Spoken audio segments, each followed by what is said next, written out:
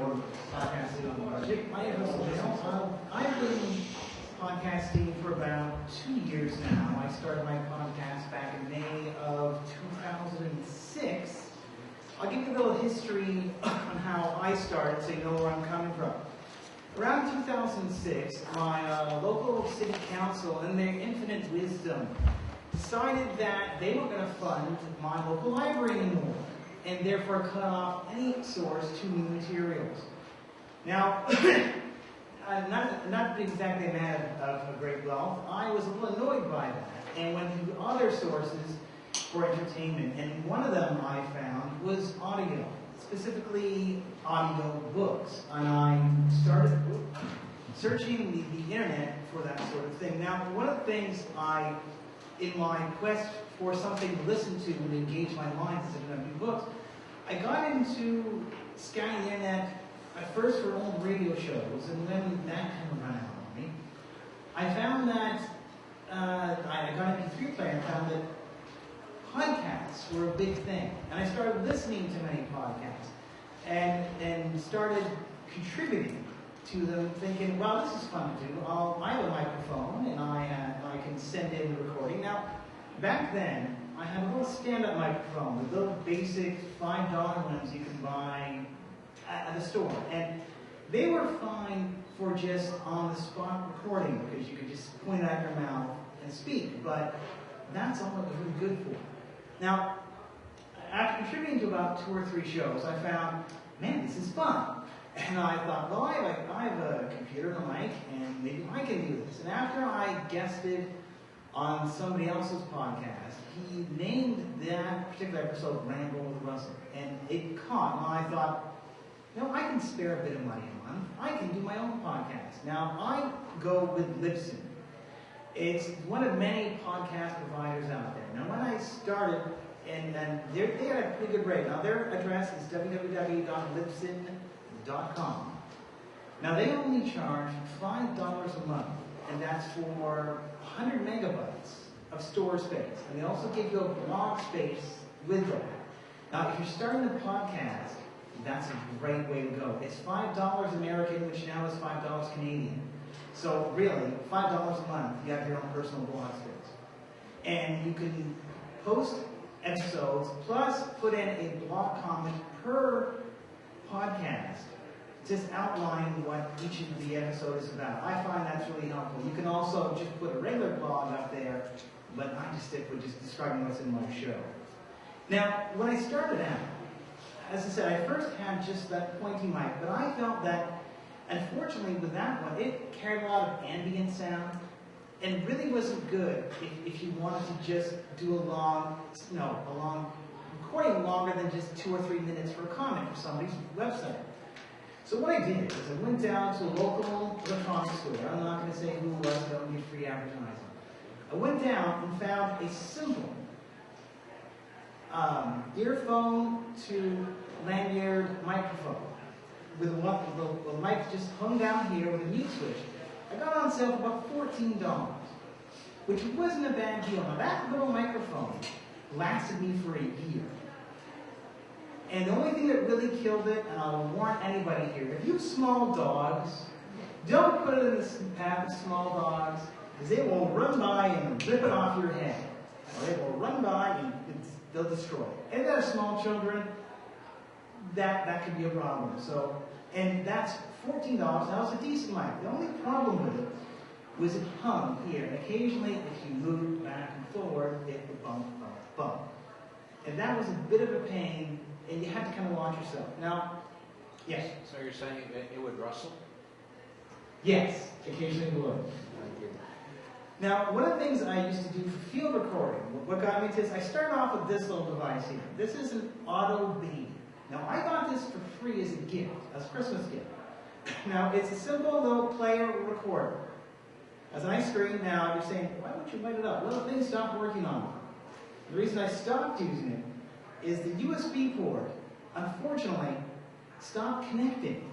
And it wouldn't mount up on my computer. So it was like, well, that's great, I recorded something, but now I can't get it into my computer and it's perfectly useless. I tried with this thing. I went through, and I'm not trying to slam the company, but I I went through 2 of these things, and they kept failing on me. So after that, I went, okay, I needed something better. So from there,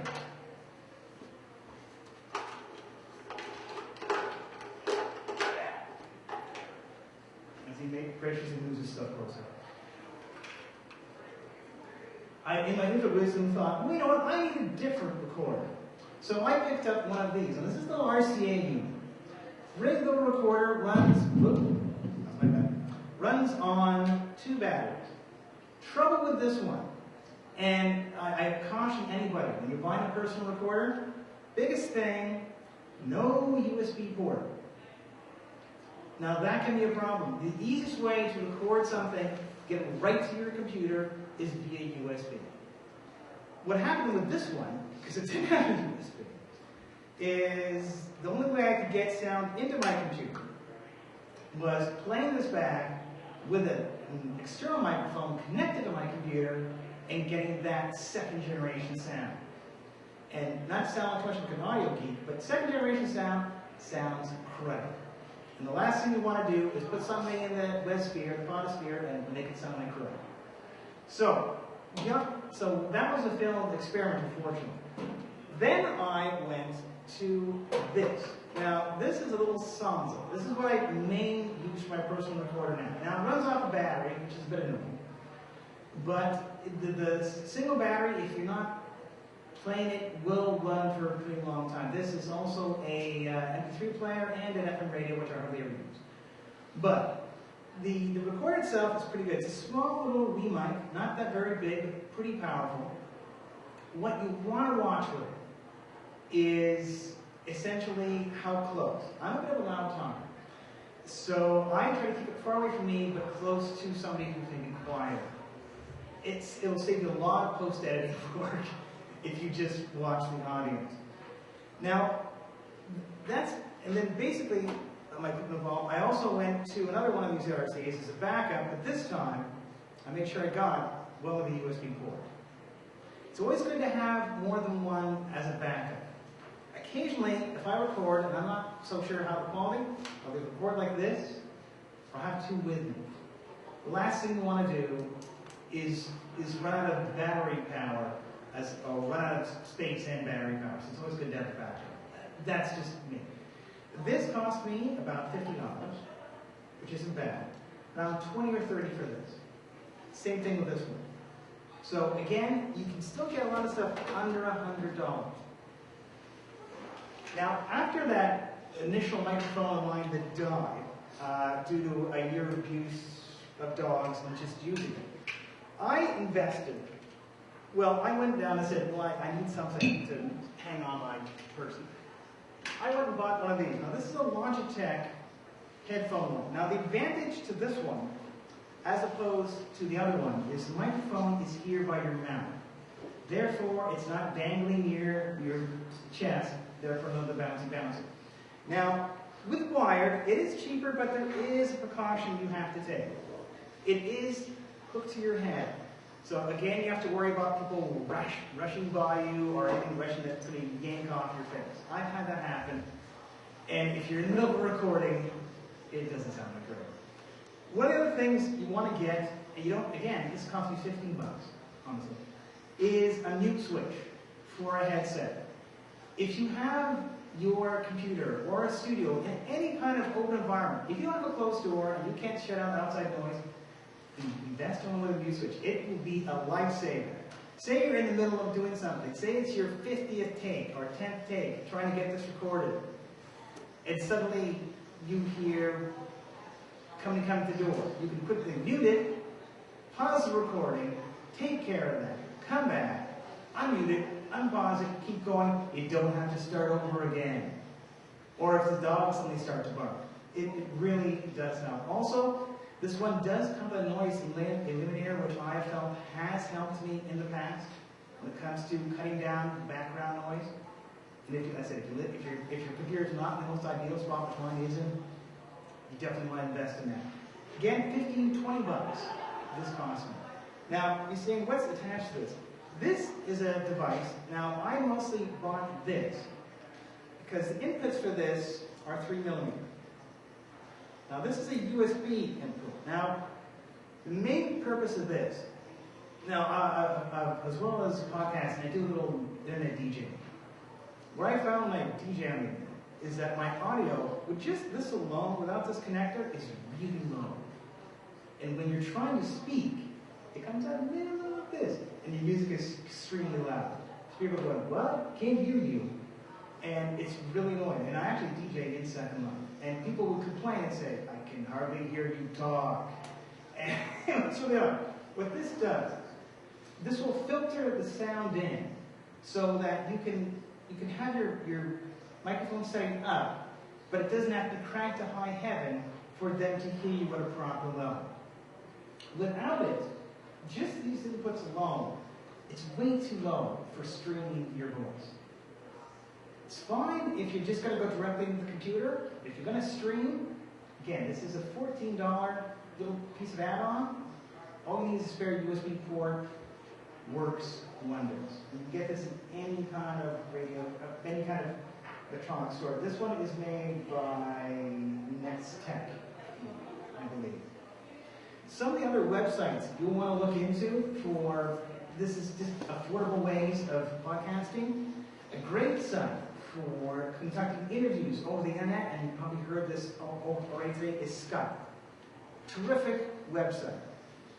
You can use that to talk to people and record conversations and do interview segments. I use it all the time.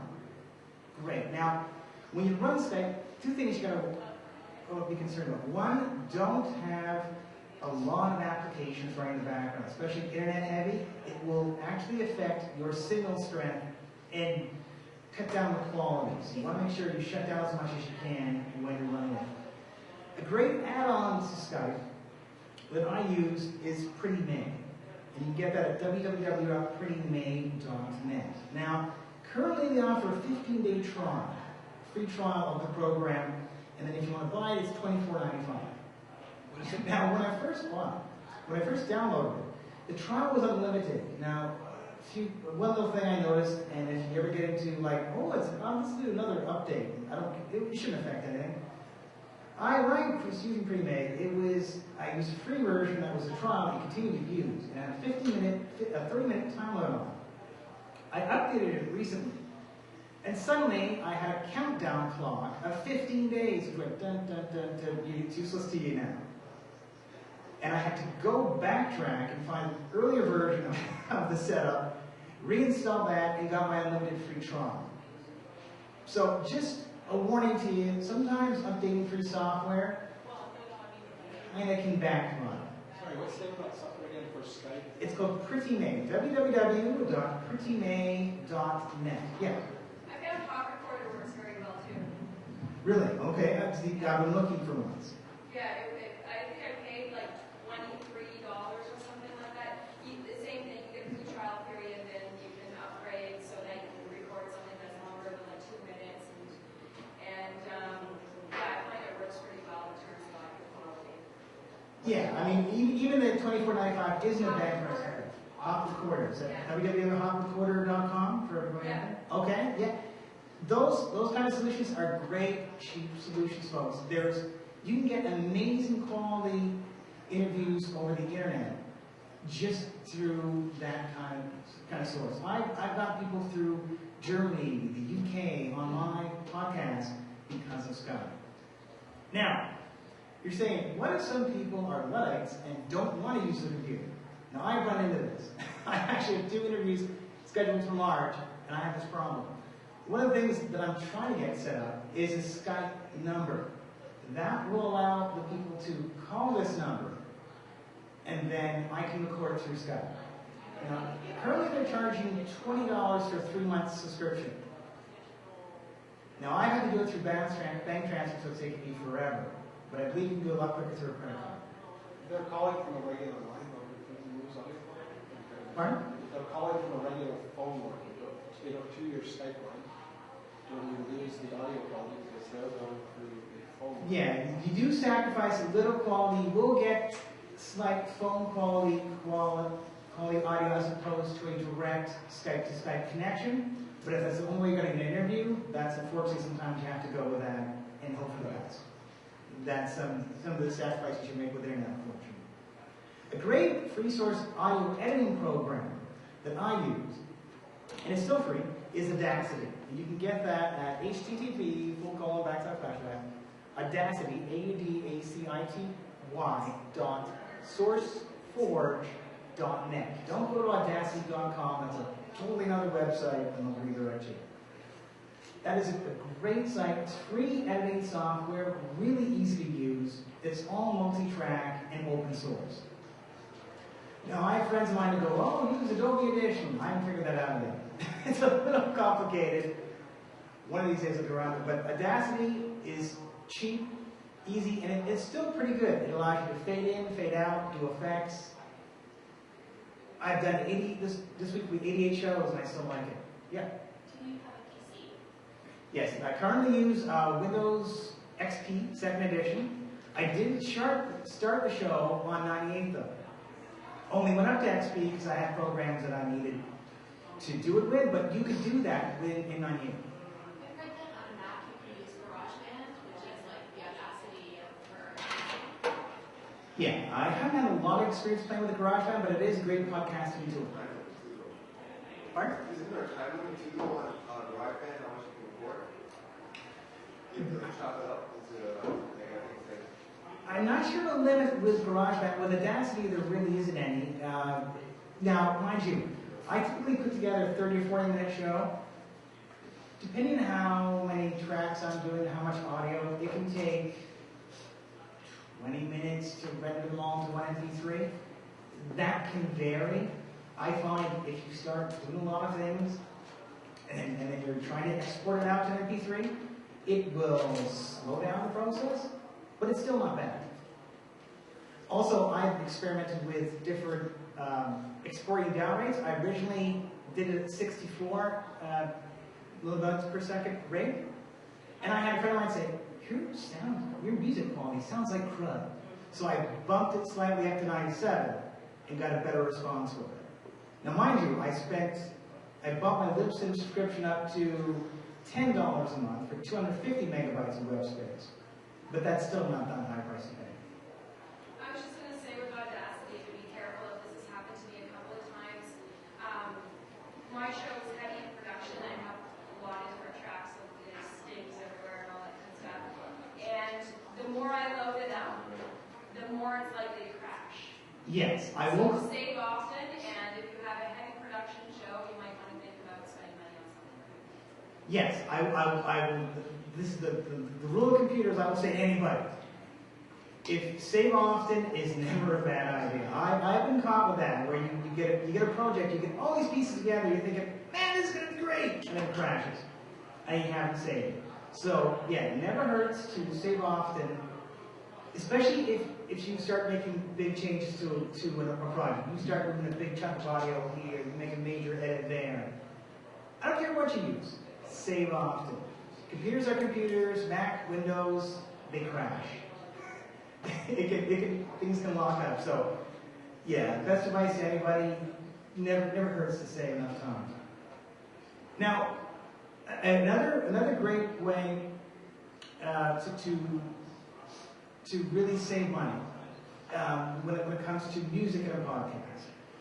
I on my show use audio from www.podsafeaudio.com. I encourage anybody that has a podcast, use PodSafe Music. It's a free resource. There is an amazing selection of music, and I use it for bridging along between segments. Say at one segment, you just want to have you straight talking for 30 minutes.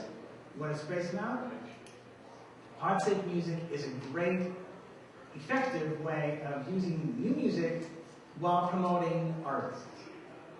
Anybody, and all they ask is you credit them in your show notes, which isn't really that hard a thing to do. So I encourage people to do that. When it comes to wired wireless, as I've said, wireless is great, but it's expensive. So if you're just starting out and just getting a handle on it, stick with wired mics for now. And honestly, I like how it's close to your mouth. The dangle ones were great to start with, but that bouncing problem was a real pain as well. And you want one with a mute. Invest in that. This one has an actual mute switch that clicks off and on. There's some, it's like a hold down mute, but I find an actual physical on off works a heck of a lot better. You know, just you're more sure of it's actually down as opposed to, do I have my finger down hard enough? I'm not sure. Now, another way to save money in a podcast is get to know local theater managers in your community. Get to know people who are running galleries or anything arts or entertainment. Because I know a man who runs Showplace in Peterborough, who used to work at the Academy Theatre, I got free tickets to a Tom Cochrane concert. And got to go backstage and meet with Tom Cochrane. All because I knew the guy and said, hey Ray, can I come to the show? And he let me in. Got me 2 free tickets. Never hurts to do that. You don't. Podcasting is becoming more of a recognizable medium. And it just takes a matter of just schmoozing a nice PR, and you can do that and save yourself a ton of cash and get great content for your show. You know, get exclusive stuff that nobody else is going to have. Also, get friends to help you with content. I have a friend of mine who helps me do movie reviews. As much as I like doing the bomb myself, it's always a better show if you have 2 people doing that. So, if you have a friend that's not mic shy, and a lot of people are mic shy, but they're camera shy, encourage them to participate. Some of the best podcasts around are a duo talking as opposed to one person talking. If they're not shy, go for it. That's what I say. Also, never hurts to plug other podcasts and use message forums from other podcasts with similar interests to yours. If you have, say you know a website and they have forums and it's something that's related to your podcast, post a message in there and say, hey, I'm talking about this week. As long as you don't make a pain of yourself and annoy a moderator, go for it. I have a website that I post updates for my podcast every week to. They actually said, sure, let's put it in the general section, and I post it every week. And that's free press, folks, and you can't beat that. It's just the easiest way to self-promote yourself is just use what's out there. And you don't have to spend a fortune to do it, really. Any questions? No. I have a question about, it may not be related completely, but it's about the website that you put your blog on, and Yes. your podcast on. Do you use a site builder, or do you know how it works? What do you mean? Like a site builder, like I use a site builder, and I'm not happy with getting my site builder. This is the one I use. For the description you have a choice of templates, which you can choose from. From the templates, you can, if you know a little bit of HTML, you can adjust it a bit and play around with it and put subheadings. And I've done that with mine. I took their basic template and I added links section. And I added, so every time I talk about a website, I put an HTML in of the site. And I just put that in myself, just with basic HTML. What's it called? My website is, let me write this down, because I think I got it. The builder? Oh, the builder is within the provider I use is, and this one probably is not right. No, it's very funny. No, it didn't work. That's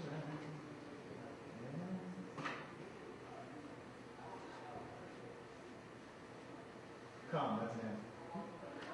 That's who I use. That's Libsyn.com. They're one of the many ones, and to me, they have one of the better rates out there. Once again, you can choose a template and then kind of customize it to how you want. So you can have a free sandbox you can play. My website, if you all are interested, which I'm hopefully getting domain soon, but I'm working on that, that's another story.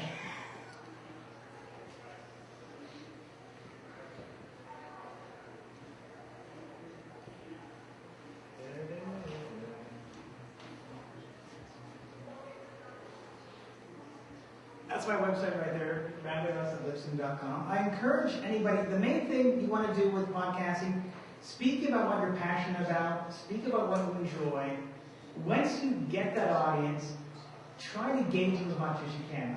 There's a stats counter at Libsyn, which mine is wacky. I wish I could have printed it up. It's like it's peaks and valleys. Kind of like that. It's really strange. I'm trying to figure out, but it's sometimes a good guide into that. You can tell, oh, this show got really hot, so people are interested in this, as opposed to this show that dropped my ratings down this low. So at this point, I'm at 17,000. That's almost after 2 years. This time last year, I was only at 2,900. So it's just a matter of, the great thing about podcasting, I feel, is you don't have to spend a fortune to do it. It just takes a little bit of money, a little bit of voice, and a little bit of guts. And you can easily do this. It's just a matter of, you don't have to spend a fortune to do it. And I think I hope that everybody gets that today. And that's the main thing. I mean, if it costs a fortune, I couldn't afford to do it for almost 2 years. That's the main thing. One thing I haven't done yet, and I encourage people to do, and one of these days I will do it for years now, get yourself a domain name, get yourself a web presence, maybe link it back to the spot where you store your actual podcasts to build yourself more of a web presence. They haven't talked too much about that this year, but they did talk about it a lot last year. And definitely get a podcast provider like Libsyn who will store your podcast. On my website, all 87 of them that are up there now are stored for that one small fee. So I have free storage for as long as I pay them. So they list the 4 current, and then there's a counter and you can go right back.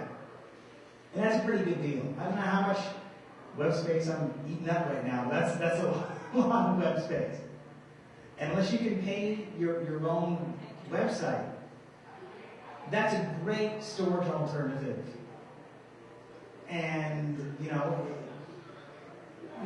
considering how much they charge a month for band space, I don't think it's that bad. I would start with the $5, see how big your shows are going to be, how much content you want to put in, and then if you feel you need to do more, then up it a bit.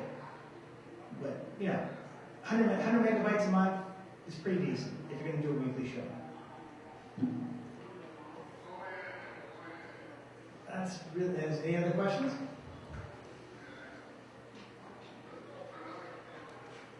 Sure. I'm going to do the microphone tomorrow. Oh, okay, and, sorry, not used to taking other shows. Just to let you know, if you're interested in more of this open audio source stuff that I was talking about with Audacity, come back here tomorrow at 11:30 a.m. the open source podcast production tools with John Reynolds and Sean McCarthy, and find out more about what I was talking about when it comes to Audacity and all the lovely world of open source. It's out there just waiting for you, all free, which is the best part of it. Thanks a lot, everybody.